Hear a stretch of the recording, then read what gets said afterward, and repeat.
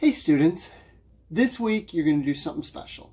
You are going to do the iReady diagnostic. Now, I think you've all done this before, and you all know that the iReady diagnostic is not particularly hard, but it is long. But I know you can do it. I want to tell you a couple things about it before we get rolling.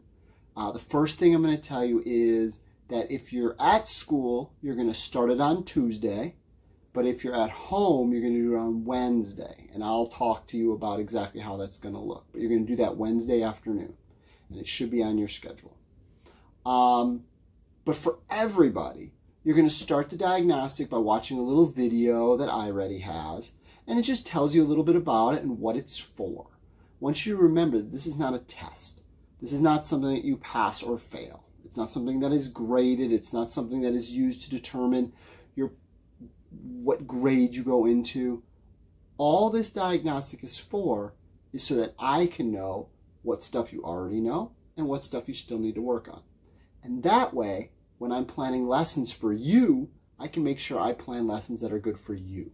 Instead of me planning one lesson for the whole class, I can plan a lesson that's just right for you. So that's my plan with that one. If you guys have taken the diagnostic before, I want you to remember that they'll ask you questions, and they'll usually start with a medium question. And if you have trouble with that one, then we'll give you a little bit easier question. But if you get the first question right, they're going to give you a little bit harder, and a little bit harder, and a little bit harder, until eventually you're going to find a question that's too hard for you.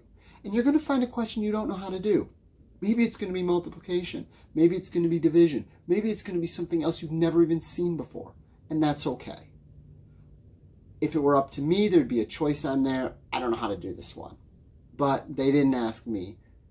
There is no choice. There's just the 4 answers. You're just going to have to make a guess. If you don't know it, oh well, just make a guess. I don't love that. I don't like it when people guess when they don't know an answer, but for the iReady, you're going to have to do that.